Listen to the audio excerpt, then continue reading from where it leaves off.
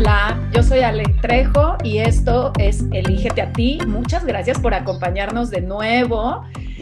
Así como cada semana nos vemos con cada invitado diferente, les traigo a alguien de lujo que la van a amar. Bueno, a todos los ama, pero ella de verdad nos tiene una de información que a mí no me encanta mucho la situación, pero son situaciones que no podemos pasar por alto y que sí existen, y no por el hecho de que nos hagamos de la vista gorda de, ay, no pasa, no existe, quiere decir que no esté sucediendo hoy en día. Y si no hacemos algo, esto se va a volver un gran problema. Entonces tenemos con nosotros a Colomba Nazca, que es de Pañuelos Amarillos, desde Argentina. ¿Cómo estás, Colomba?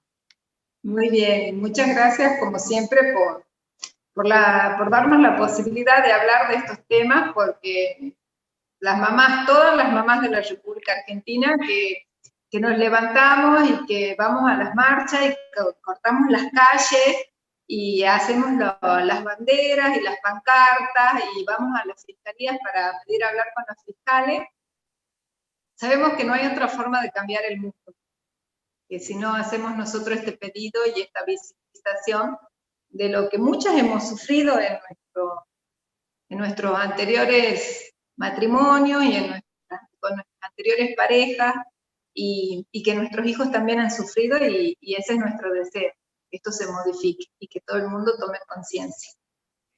Colomba, platícame, ¿desde cuándo surgió Pañuelos Amarillos para ayudar a todas estas víctimas, porque no nada más son los niños, de abuso sexual infantil? También tiene que ver con las familias, con los miembros de la familia. ¿Cómo y cuándo, más bien, cuándo empezó este movimiento y en dónde exactamente y qué empezaste haciendo? Y mira, esto ha empezado después del 16 de agosto del 2018, que una de las víctimas ha declarado, tenía 15 años, no le han creído. Ahí empiezan los pañuelos amarillos, y las primeras personas que nos han acompañado a los pañuelos, porque hemos salido a esto, ¿no? A decir cómo hacemos para nivelar la situación de desprotección que vive una mujer sola, que atraviesa todo el proceso judicial, en una sociedad que nadie quería escuchar hablar de abuso sexual.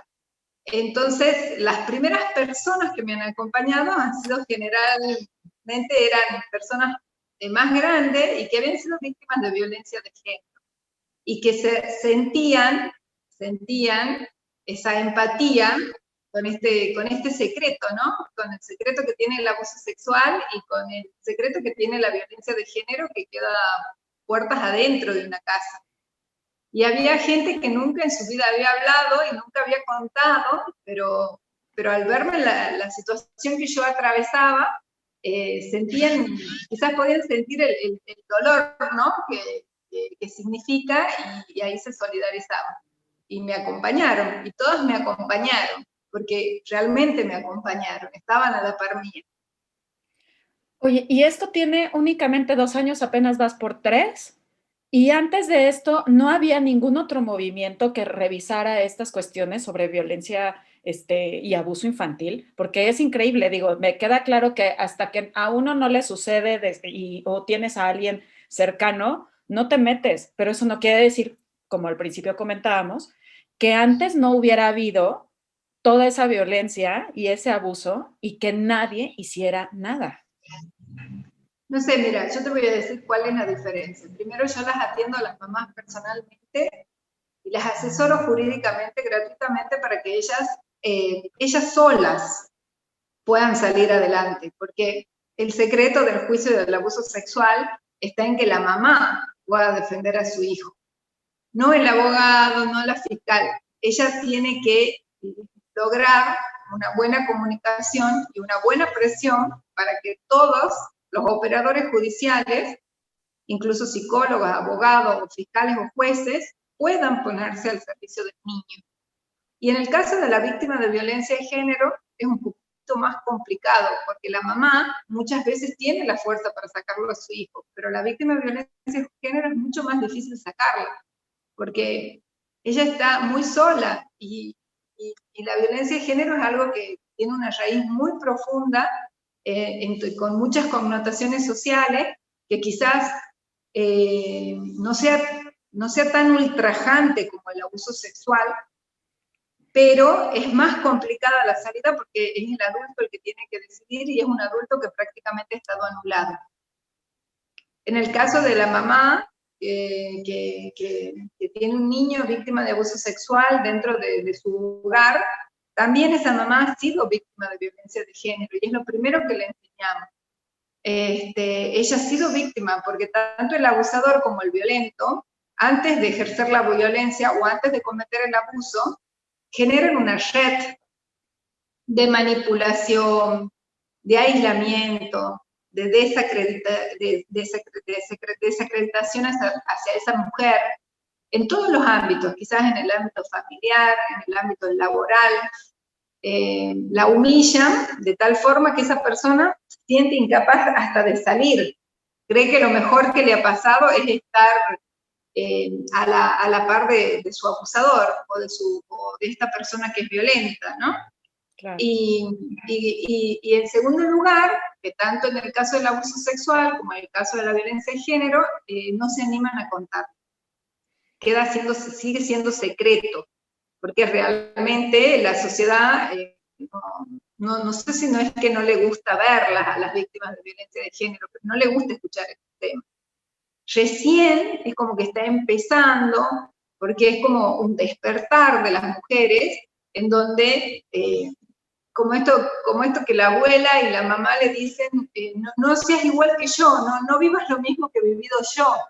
Entonces van despertando esa conciencia en las generaciones más chicas o más jóvenes que se casan, las estimulan a que salgan a trabajar, a que tengan sus propios ingresos, pero aún así la violencia sigue existiendo porque, bueno, la violencia responde a muchos parámetros de poder. Y las mujeres en el mundo todavía no estamos situadas en una situación cómoda, laboralmente, económicamente, con respecto a la crianza de los hijos, y bueno, sufren muchas persecuciones por parte del violento, sobre todo cuando el violento la denuncia en el Poder Judicial. Ahí es cuando es como una herramienta mayor para controlarla. Si antes la controlaba en la casa, una vez que la mujer se separa y es denunciada, empieza una persecución judicial y lamentablemente tiene todas las herramientas para perseguirla aún más. Claro. Fíjate, a diferencia de otras denuncias de violencia, por ejemplo, el mobbing o algo así, esto y sobre todo, bueno, es que es una combinación, bien dices, ¿no? Es abuso infantil más la violencia intrafamiliar que vive normalmente la mamá o el papá. La mayoría son mamás, seamos honestos, ¿no? Entonces, son dos tipos de violencia que van de la mano y que, como bien dijiste, la mujer ya cada vez salimos más a trabajar y somos independientes económicamente, pero eso no quiere decir que porque eres independiente económicamente no puedas ser víctima de estos tipos de violencia, porque la gente cree, ya sabes, esa creencia, ese juicio donde dicen, es que realízate, estudia, sal para que no te pase eso. No, no tiene nada que ver una cosa con la otra. Estas son parte de conductas, no sé, también puede ser autoestima, amor propio, desde, como bien dices, desde hace generaciones atrás y que tú así lo aprendiste, por más fregona que seas en tu trabajo, por más directora, por más dinero que tengas, no tiene nada que ver una cosa con otra. Ahora, si es una mamá que no trabaja, como es a veces la gran mayoría de estas relaciones codependientes y de abuso, o trabaja, pero obviamente el ingreso no es ni el 50% del hogar, se ven forzadas y presionadas a veces por la pareja a no decir nada, a aguantarse y a quedarse ahí por miedo de, primero sola, ¿cómo voy a subsistir con la criatura y luego un trauma y demás así? Y luego viene mi pareja y me presiona que me va a dejar en la calle, que no me va a dar dinero, que, o sea, entonces, de verdad, independientemente del abuso vivido en la familia, porque lamentablemente el mayor número de casos es por parte de un familiar, ya sea el padrastro o el papá, lamentablemente, pues por eso no se salen. Por eso les da miedo salirse, no es algo fácil. Y la gente critica mucho de, ay, pues si hacen eso, pues salte. Y, o sea, no entienden que es una cadenita y como bien decías, pues son amenazas, son denuncias. No es fácil ni para el niño ni para la mamá. Me encanta que me digas, le doy acompañamiento a las mamás y las asesoro, porque de verdad tienen un gran peso encima, que primero es normalmente solucionar lo de sus hijos, normalmente, y luego lo que ellas han sufrido. Tal cual, es así como vos has dicho. Sí, todas estas cuestiones son cuestiones muy culturales. Cuando hablamos de violencia de género, el género es un concepto dinámico. Lamentablemente, creo que hay que seguir enseñando y hay que seguir educando mucho más a las mujeres, porque todavía, por ahí cuando hablamos y cuando debatimos todos estos temas, muchos piden la igualdad de género, pero no se entiende, no, veo que en la sociedad no hay una comprensión en su totalidad de lo que es el género y por qué hablamos de una perspectiva de género. Ya por lo menos hay una asociación que cuando se habla de violencia de género o perspectiva de género digamos, hay un mínimo de protección hacia la mujer o se está contemplando una situación de desigualdad hacia la mujer. Pero el género está muy ligado a todo lo que es la clase, la raza, el sexo, y va a contribuir o al armado de un concepto cultural que depende de cómo se estructura la sociedad y cómo se desenvuelve, digamos, la sociedad con respecto al lugar que le da la mujer. Entonces, cuando hablamos de perspectiva de género, muchas veces no se entiende, y no se entiende la situación de desigualdad en que se encuentra la mujer. Mira, un dato es que el 99% de los bienes inmuebles del mundo, el 99% está a nombre de un hombre. Uh-huh. Y el 1% está a nombre de una mujer. Puede ser que la mujer tenga un derecho, pero quizás tenga un derecho sucesorio, un derecho de un 50% del bien ganancial, pero en los registros, el 99% de los bienes inmuebles está a nombre de un hombre. Puede ser del papá, del marido, del hermano. Claro. Y quizás ellos tengan un derecho en expectativa, pero tienen que ir a un juicio para hacerlo valer, para que ese bien quede a nombre de ellas. No es lo común que la mujer compre y quede a nombre de ella. Entonces, ese es un dato que te está dando la pauta que la pelea de la mujer es mucho más grande, porque no tiene una libre disponibilidad de todo lo que ella adquiere. Y sobre todo cuando se tratan de sucesiones o cuando se trata de una mujer que está casada. Claro. La casa está en nombre del hombre, figura ahí casado. El auto está en nombre del hombre, figura casado. Y quizás la nombran, no todas las veces te la nombran, ¿no? Y muchas veces se compran los vehículos, pero se lo hace figurar como soltero. Y la mujer, todas esas cosas, en el matrimonio muchas veces ni siquiera puede llegar a discutirla. Ahora, la mujer que sufre una violencia física, muy pocas veces lo cuenta. Y una mujer que sufre violencia sexual, menos. Recién están comenzando las mujeres a hablar. Yo me acuerdo hace muchos años, había una amiga mía que tenía una señora que trabajaba para ella en su casa y que le dice que no podía ir a trabajar porque había sufrido una violación. Cuando ella la va a ver, a asistirla, ella realmente sentía que la había atacado un animal salvaje, porque los lastimados que tenía, la espalda toda mordida, había perdido parte del pelo, estaba toda arañada, toda lastimada, parecía como y eso nosotros las otras mujeres no tenemos conciencia de eso. Entonces, tenemos que ir despertando la conciencia. Las que están sanas tienen que despertar más la conciencia para poder ayudar a las que sufren realmente esto, que puede ser tu hermana, o puede ser tu amiga, o puede ser tu prima, o tu compañera de trabajo. Entonces, las que están sanas, esto hay que difundirlo y hay que hacerlo ver y se tiene que hacer visible para que la que está sana pueda ayudar a la que está pasando por este momento. Recién ahora las generaciones más jóvenes hablan de violencia sexual, ha habido una de las chicas que se ha acercado y que realmente lo ha denunciado a su expareja porque había introducido un objeto en la vagina y no se lo podían sacar. Entonces ella no fue al hospital, directamente se fue a la fiscalía e hizo la denuncia para que el médico de la fiscalía intervenga. Bueno, esas son cosas que realmente las mujeres jóvenes se animan a poner ese límite y a ponerlo en evidencia y a denunciarlo, y bueno, no importan los riesgos. En el caso de ella, cuando se separó, él pidió la tenencia de la niña, por más de que, y se la dieron. Entonces su lucha se convirtió en poder revincularse con su hija. Claro. Sí, porque con lo primero que te Como un amenazan es con castigo, quitarte niños. como un castigo, porque lo denuncia y todavía Sí. le dan la custodia de la niña a él. Entonces, esas cosas antes la mujer no la hablaba, y cada una creo que guarda la mejor cara para la sociedad. Y realmente recién se están dando cuenta las mujeres de que hay cosas que no tienen que sufrirlas. Y que sufrir eso, porque muchas veces antes se creía que sufría eso para salvaguardar a los hijos, o para que los hijos tengan, bueno, yo vivo esto, pero mis hijos viven bien, porque yo sufro física y psicológicamente esto, pero mis hijos están bien, somos una familia hermosa, de las puertas para afuera.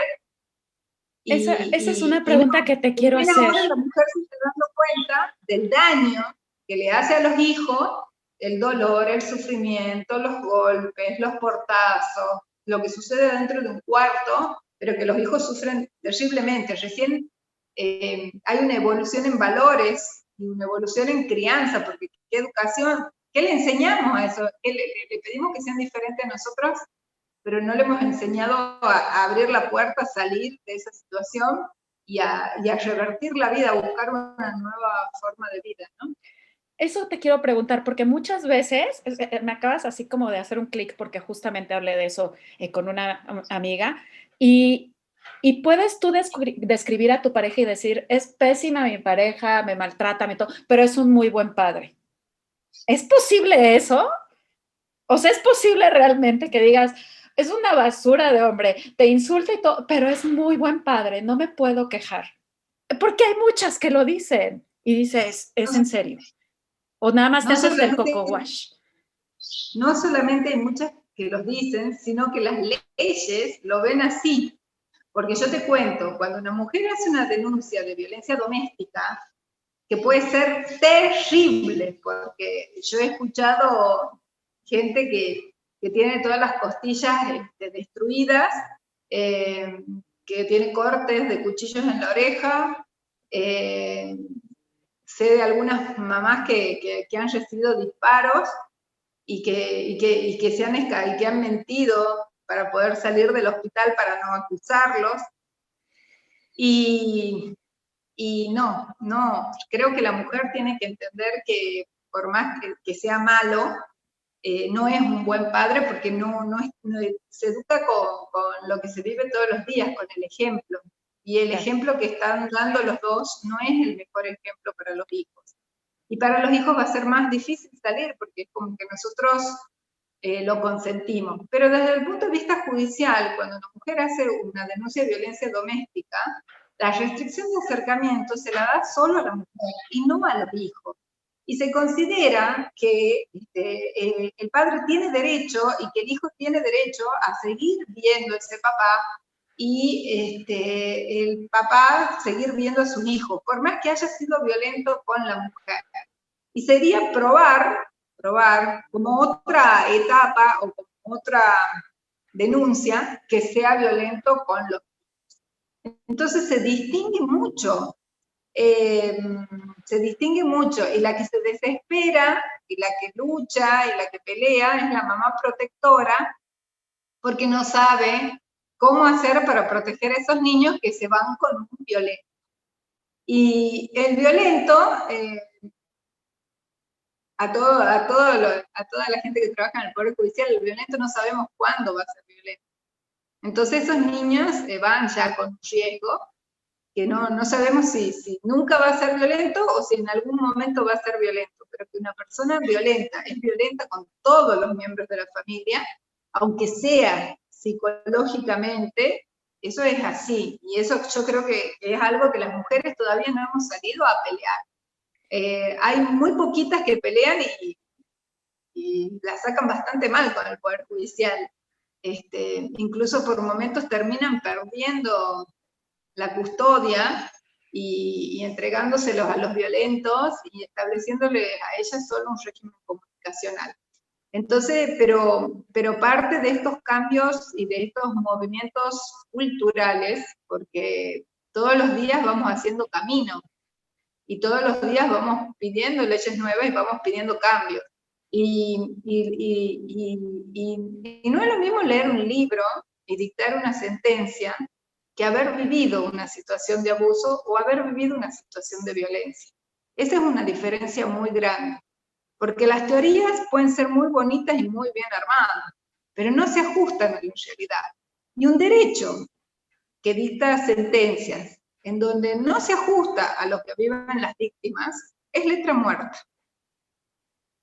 Claro. Oye, y en el caso de abuso infantil, ya, como mamá, en teoría ya llegaste a un punto donde le estás creyendo al niño y ya te angustiaste, ¿no? Porque hay una etapa donde dices, no, no, y lo estás dudando o no sabes qué tiene.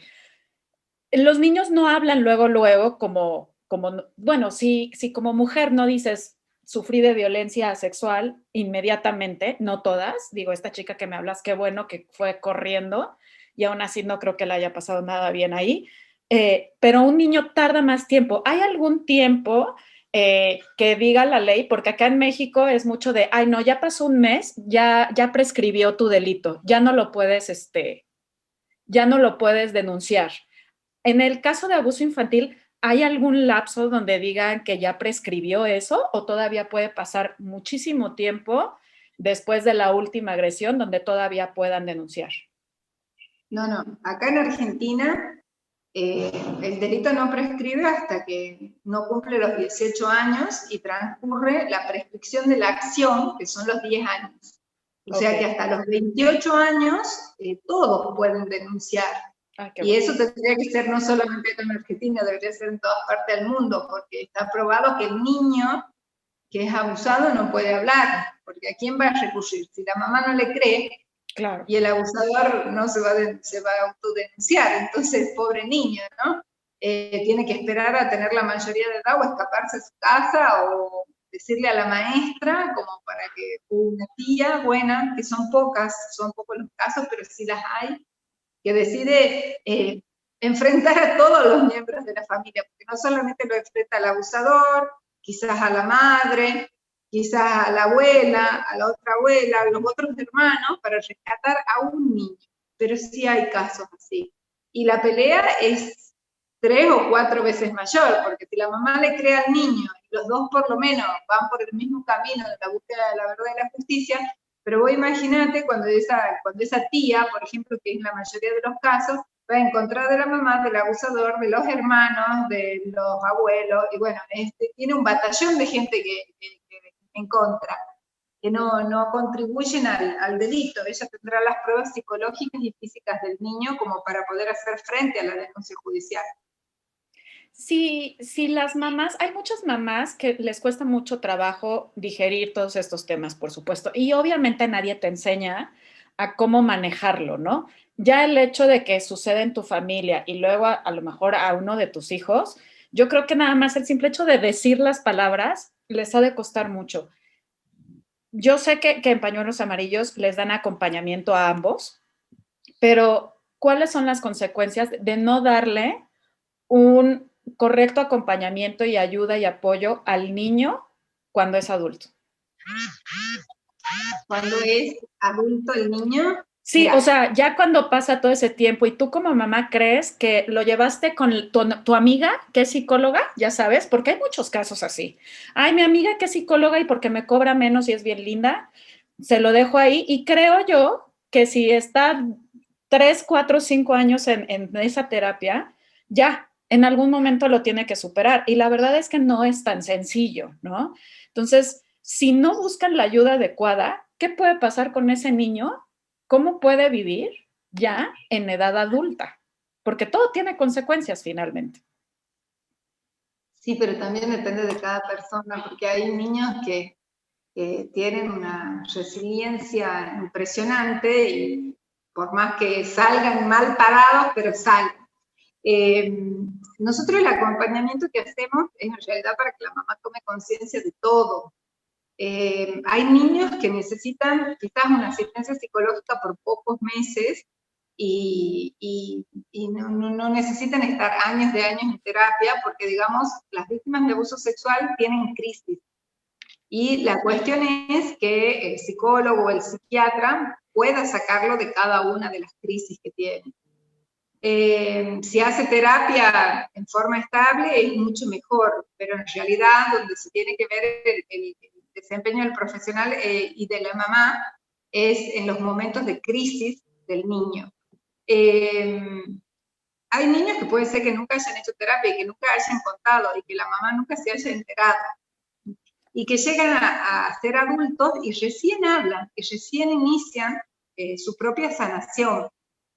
Las secuelas pueden ser muchísimas, porque le afecta en todos los ámbitos. Siempre afecta a la parte social, porque lo que se ha quebrado en ese niño, sobre todo, es la confianza. Claro.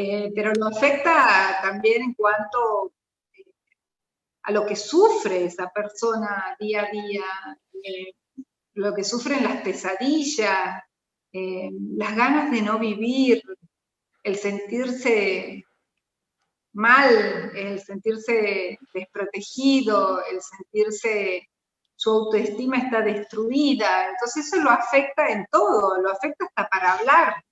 La mayoría de las chicas que han sido víctimas de abuso le cuesta muchísimo hablar, le cuesta muchísimo levantar la voz, les cuesta muchísimo poner límites, les cuesta muchísimo dormir, les cuesta muchísimo olvidarse de lo que le ha pasado para aceptar tener una nueva vida y ser feliz. Esas cuestiones no nada más son de adultos, son de chiquitos. Digo, pueden, como mamá, de pronto ves a tu hijo que tiene menor rendimiento en la escuela, o sea, hay foquitos rojos donde sí tienen que revisar y platicar con sus hijos, me queda clarísimo, pero ¿qué hacer cuando los niños no saben decir esas palabras? A ver, esas palabras, pues obviamente no las escuchas, abuso sexual. ¿Cómo puede llegar una mamá a platicar con un niño y tratar de descifrar qué es lo que le está diciendo o que le entienda al menos a qué te refieres? No, lo que pasa es que, bueno, las conductas que han sido víctimas de abuso son evidentes. Algunas veces no tanto, pero la mamá puede atribuirle esas conductas a otras cosas. En realidad, lo que vos estás diciendo es muy importante, porque la prevención del abuso sexual, si bien la mamá puede decirle al niño, no te tiene que tocar, nadie te tiene que sacar la ropa, nadie te puede besar, tu cuerpo es tuyo, pero la prevención la hace la mamá. La que va a prevenir el abuso sexual realmente es la mamá. Y con la persona que hay que hablar y a la persona que hay que enseñarle es a la mamá. Okay. Cuando un niño empieza a estar hipersexualizado, o por ejemplo tiene masturbaciones muy reiteradas en el día, y muchas veces la mamá lo llevan al psicólogo y el psicólogo dice, es normal, está explorando su sexualidad, se está conociendo, todos los niños hacen esto. Y la mamá sabe perfectamente cuando, creo, pasa un límite que ya no es normal. En el caso de los niños víctimas de abuso, aparece la preocupación de la mamá. Y lo más importante, cuando a la mamá le hace ruido algo, es esto, que los profesionales también de la salud estén al nivel de las circunstancias. El profesional se da cuenta que es abuso, pero muchas veces no lo quiere decir, porque sabe que lo que viene detrás de decirlo. Entonces Claro. los psicólogos, los médicos y los pediatras que detectan los consultorios estas situaciones de abuso también tienen que estar a la altura de las circunstancias como para poder hablar con la mamá y que la mamá realmente se dé cuenta de que es una situación que su hijo está viviendo, está pasando por un abuso sexual. Entonces son muchas cosas. Algunas veces la mamá se da cuenta, recurre a los profesionales y los profesionales lo normalizan. No, no es esto. Claro, la Le encuentran otros atribuyen mil a otro, porque pretextos. los indicios del abuso sexual hay que investigar, el psicólogo tendrá que investigar, y muchas veces el psicólogo es la separación de los padres. Se orina en la cama porque es la separación de los padres. Y pasa el tiempo hasta que el niño pone en palabras y lo dice, y realmente ahí aparece el abuso. Pero durante todo ese tiempo los indicios han estado, pero para la psicóloga, por ejemplo, o por ejemplo un niño que va de visitas con el padre y llora cuando vuelve a los alaridos, y muchas veces los psiquiatras dicen, mándalo más veces para que se acostumbre. Sí, fíjate, te voy a contar algo. Yo cuando estuve en Estados Unidos estuve yendo a un centro de violencia doméstica. Yo no tengo hijos ni nada, pero iba otra chava ahí conmigo. Yo creo que era 2, 3 años más chica que yo, divina, físicamente hermosa, y era una niña muy bonita, muy bonita. Y ella estaba ahí por violencia doméstica y tenía una niña. En ese entonces tenía 2 años. Y me acuerdo que una vez llegó muy, ay, no sé, pobrecita, llegó muy ansiosa, muy nerviosa, llorando, y era como de, bueno, ¿qué pasa? Y es que lo que ella argumentaba es que obviamente su marido todavía en ese entonces, aunque ya lo había logrado sacar de la casa, tenía orden de restricción y demás, no estaba aplicando para la niña, como bien comentabas en estos puntos, y que cada 15 días la tenía que ver no sé dónde, ¿no? Entonces, que ella estaba logrando o tratando de que la viera en un lugar de gobierno y que no la sacara de ahí para que hubiera más gente y lo viera. Pero que él había logrado que sí se la podía llevar los fines de semana. Y que cuando la niña de 2 años regresaba, ay, es que me acuerdo y bueno, y ella lo que comenta es que regresaba y que la niña le decía, es que mi papá me toca. Y ella como mamá, por supuesto, pues se nos vino abajo, pero de verdad yo me quedé así de, pues, ¿qué le dices? Ella le hablaba a trabajadoras sociales, etcétera, y le decía, la niña dice esto. No, bueno, pero es una niña, no sabe, o sea, ¿cómo va a saber? Y en ese ir y venir, ella como mamá lo sabía, porque finalmente dice, yo conozco a este tipo, sea lo que es capaz. Y si la niña lo dice, o sea, no tendría por qué mentir una niña de 2 años. ¿Por qué tan fácil no le hacen estudios a la niña, estudios psicológicos? Ustedes se dedican a eso. No, no, no, no. Y mientras ella se veía forzada ante la ley a ir y dejarla cada 2 semanas, mientras transcurría este tiempo y mientras le hacían caso, ella tenía que dejarla ahí, no podía hacer otra cosa. Entonces era un viacrucis para ella el mendigo fin de semana que tenía que entregarla. Imagino, qué dolor. Sí, A muchas mamás les pasa porque no está la voz del niño. O sea, yo te cuento, en España hay una asociación que se llama Ojos que no quieren ver, y se ha formado después de varias denuncias de abuso sexual. Había una en donde la mamá, para acreditar lo que la nena le contaba, le ha puesto un micrófono en las medias, y la grabación decía, papá, no quiero que me toques. Y él contestaba, pero yo te toco hasta donde a vos te moleste, y cuando te molesta ya no te toco más. wow. La presentaron en tribunales y no le hicieron lugar porque no estaba acreditado el abuso sexual. Por los tocamientos, cuando no la lastima o no la irrita con los tocamientos, es mucho más difícil. Y las palabras del niño son muy poquitas. Acá en Argentina tenemos esta campaña nacional Yo no miento, que es que para creerle al niño, o sea, esto de que si el niño dice me toca, como sea, pero me toca, como sea, pero me está molestando. O sea, no me gusta lo que me hace. y la cámara Gesell, que es donde se los graba a los niños, para probar el delito de abuso sexual. Son avances bastante grandes, pero necesitamos un cambio en lo que es el Poder Judicial, o sea, que el Poder Judicial, bueno, la ha tocado, no lo vea como un delito leve, lo vea como un delito que es muy grave, porque si no se detiene o si no se corta o no se da una condena, va a seguir avanzando. Y no hay otra forma de detenerlo y el niño no se puede defender.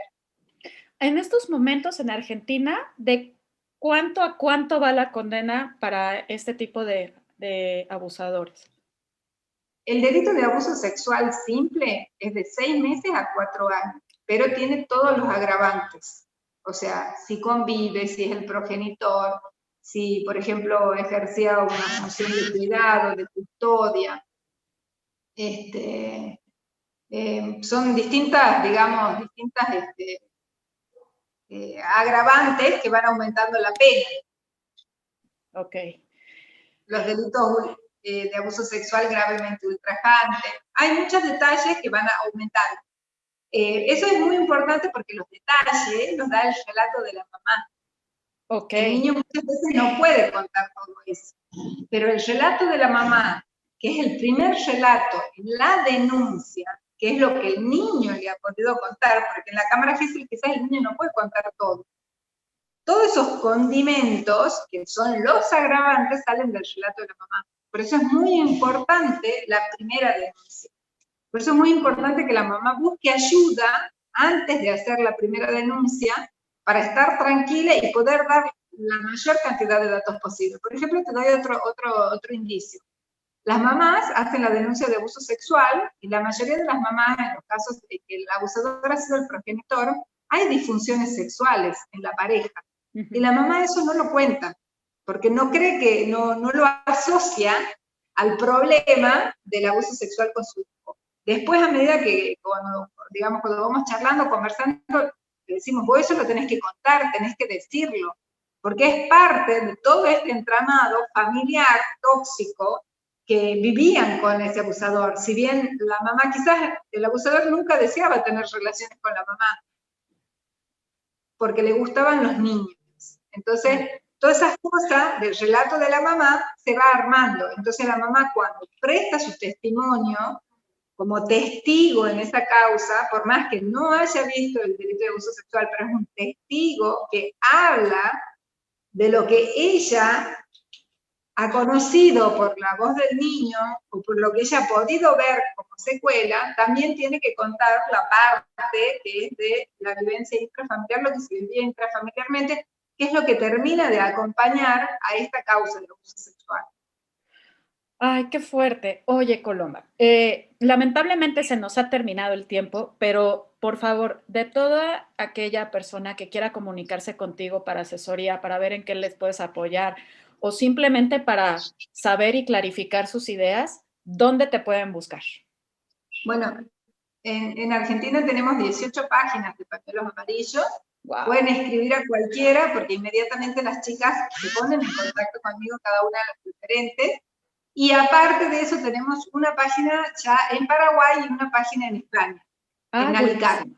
Así que las mamás que deseen, y hay muchas colaboradoras, mucha gente que ya me conoce en otros países, y también